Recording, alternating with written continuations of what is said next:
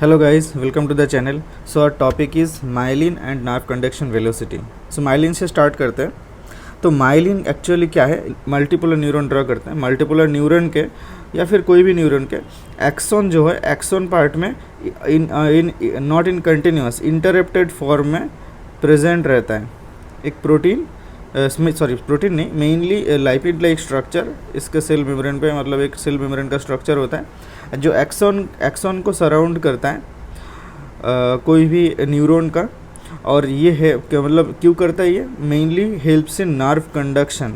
इसमें cell body से axon के थ्रू जो नर्व कंडक्शन होगा तो उसमें वो हेल्प करता है उसका स्पीड इंक्रीज़ करने में. तो एक्चुअली इसका स्ट्रक्चर में क्या आता है? मेनली एक स्फिंगोमाइलिन नाम के लाइपिड जो है ये स्फिंगोमाइलिन एक लाइपिड स्ट्रक्चर है. मेनली 80% ऑफ कंटेंट, मतलब इसका जो मेम्ब्रेन का कंटेंट है माइलिन का, तो ये 80% फॉर्म होता है स्फिंगोमाइलिन से और 20% होता है प्रोटीन से. 20% प्रोटीन कौन सा प्रोटीन है? माइलिन MBP, मतलब माइलिन बेसिक प्रोटीन. ये जो स्ट्रक्चरल फॉर्म है एक्चुअली कोई भी, ये माइलिन एक्चुअली एक सेल मेम्ब्रेन का स्ट्रक्चर है. ये नर्व का मतलब न्यूरॉन का जो एक्सॉन में जो इसका मेम्ब्रेन है उसमें रहता है. कैसे रहता है? कंटिन्यूस नहीं रहता है. नॉट इन कंटिन्यूस नहीं रहता है, इंटरप्टेड रहता है. एक्चुअली बीच बीच में क्या रहता है? ये नोड्स लाइक स्ट्रक्चर जो होता है, नोड्स ऑफ रैनवायर बोलते हैं इसे, वो बाद में देखेंगे. लेकिन यहाँ पे माइलिन जो है एक्चुअली कोई भी सेल मेम्ब्रेन पे अगर उसका कंपोनेंट अगर हम जानते हैं तो कैसा होता था उसका सेल मेम्ब्रेन कंपोनेंट में वो सबसे ज़्यादा रहता है प्रोटीन.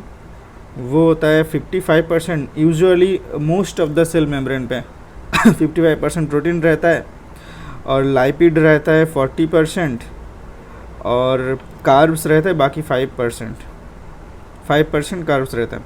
ऐसे 100% फॉर्म होता है, मतलब 100% जो कंट्रीब्यूशन है सेल मेम्ब्रेन का ऐसे होता है. तो देखो यहाँ पे प्रोटीन ज़्यादा रहता है लाइपिड से, लेकिन यहाँ पे क्या हो रहा है? लाइपिड बहुत ज़्यादा, सिर्फ ज़्यादा ही नहीं, बहुत ज़्यादा, प्रोटीन से 4 times मोर लाइपिड. ओके, तो ये एक एक्सेप्शन होता है. Myelin is a exception in the structure of cell membrane, कि जहाँ पे लाइपिड कंटेंट तो ज़्यादा ही है, कितना ज़्यादा, 4 गुना होता है उसके प्रोटीन कंटेंट से. और ये जो माइलिन बेसिक प्रोटीन है, एक क्लिनिकल कंडीशन होता है माइलिन बेसिक प्रोटीन में क्या होता है? एक मल्टीपल स्क्लेरोसिस नाम की एक डिजीज़ है, स्क्लेरोसिस. यहाँ पे क्या होता है? ये माइलिन बेसिक प्रोटीन के अगेंस्ट ऑटो एंटीबॉडी फॉर्म होता है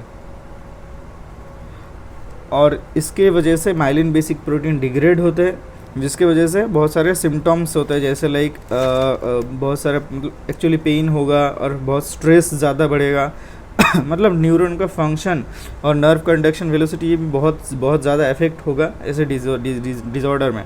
और उसका नाम क्या है उस डिजीज़ का? मल्टीपल स्क्लेरोसिस, जहाँ पे माइलिन बेसिक प्रोटीन हैम्पर होता है, उसके अगेंस्ट एक ऑटो एंटीबॉडी फॉर्म होता है बॉडी में. अच्छा, ये माइलिन क्या करता है? देखो, add a layer of insulation around the thickness of the axon. Obviously ये जो एक्सॉन है, एक्सॉन के अराउंड एक लेयर जैसे फॉर्म होता है ये, और ये लेयर कंटिन्यूस नहीं होता है, इंटरप्टेड होता है.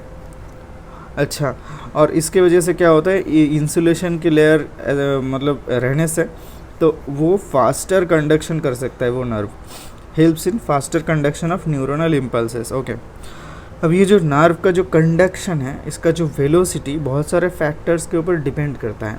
उनमें से एक बहुत बड़ा इंपॉर्टेंट फैक्टर है माइलिन. उसके अलावा भी देखो और एक होता है, कुछ फैक्टर होता है. देखो, एक डायमीटर ऑफ न्यूरॉन होता है. ऑब्वियसली जितना ज़्यादा मोटा मतलब एक्सॉन जितना थिक होगा, अगर ये एक्सॉन जितना थिक होगा उतना ज़्यादा इम्पल्स ज़्यादा स्पीड में जा पाएगा. अच्छा, और माइलिन ऑब्वियसली माइलिन कंटेंट के ऊपर डिपेंड करता है। देखो डायमीटर के ऊपर देखो डायरेक्टली रिलेटेड, मतलब ज़्यादा डायमीटर तो ज़्यादा nerve conduction velocity. Myelin content के ऊपर भी डायरेक्टली प्रोपोर्शनल, जिस न्यूरॉन में ज़्यादा माइलिन होगा वहाँ पे ज़्यादा नर्व कंडक्शन वेलोसिटी होगा। कैसे? देखो एक तो माइलिन ज़्यादा रहने से थिकनेस तो इंक्रीज़ होता है, तो ये क्या करता है, थिकनेस बढ़ाता है। तो देखो थिकनेस बढ़ने से क्या होता है, देखो एक तो एक्सोनल रेजिस्टेंस बढ़ता है। मतलब एक्सोनल रेजिस्टेंस मतलब क्या है, उसके अंदर ये जो एक्सोन है, ये सेल बॉडी देख लेते हैं, और ये एक माइलिन, इसको अगर हम ड्रॉ कर लेते हैं, यहाँ पे मान लेते हैं ये है एक्सोन और इसके बाहर है ये माइलिन और ये है एक्सोन। इसके अंदर बहुत सारा आयन होगा, सोडियम, पोटेशियम, कैल्शियम, बहुत सारा आयन्स रहेगा एक्सोन के अंदर। अब अगर यहाँ पे माइलिन ज़्यादा रहेगा बाहर, तो एक लाइक इंसुलेशन के तरह ही काम करेगा। तो क्या करेगा, ये सोडियम पोटेशियम जो आयन है इसको बाहर जाने नहीं देगा, और या फिर मतलब क्योंकि ये बाहर जाने नहीं देगा, मतलब एक एज ए इंसुलेशन काम कर रहा है, तो इसको क्या करेगा, इसका कैपेसिटेंस घट जाएगा। देखो कैपेसिटेंस मतलब यहाँ पे चार्ज होल्डिंग कैपेसिटी, क्योंकि बाहर जाने नहीं दे रहा है और यहाँ पे रहने भी नहीं दे रहा है, बहुत सारे इम्पल्सेस आ रहे हैं, तो क्या होगा, तो नेक्स्ट जो नोड है, नोड ऑफ रैनबेयर, ये जो दूसरा देखो यहाँ पे भी और एक हमारा माइलिन का लेयर होगा, ये एक नोड ऑफ रैनबेयर फॉर्म हुआ, यहाँ पे भी और एक नोड ऑफ रैनबेयर है।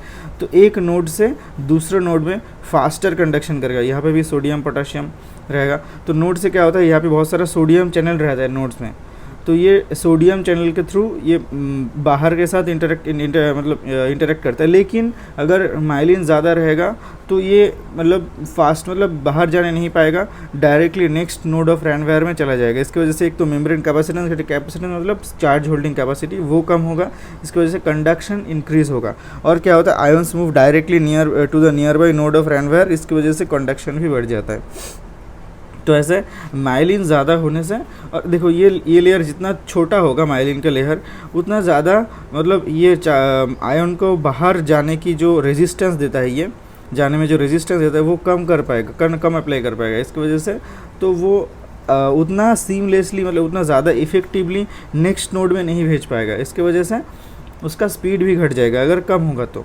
अच्छा, और दूसरा होता है तीसरा होता है टेम्परेचर के ऊपर भी डिपेंड करते हैं। ज़्यादा टेम्परेचर मतलब नर्व कंडक्शन वेलोसिटी भी ज़्यादा। तो ये बस एक छोटा एक टॉपिक था नर्व कंडक्शन वेलोसिटी और माइलिन का। आई थिंक आपको समझ में आ गया होगा। तो मिलते हैं नेक्स्ट वीडियो में, टिल देन गुड बाय।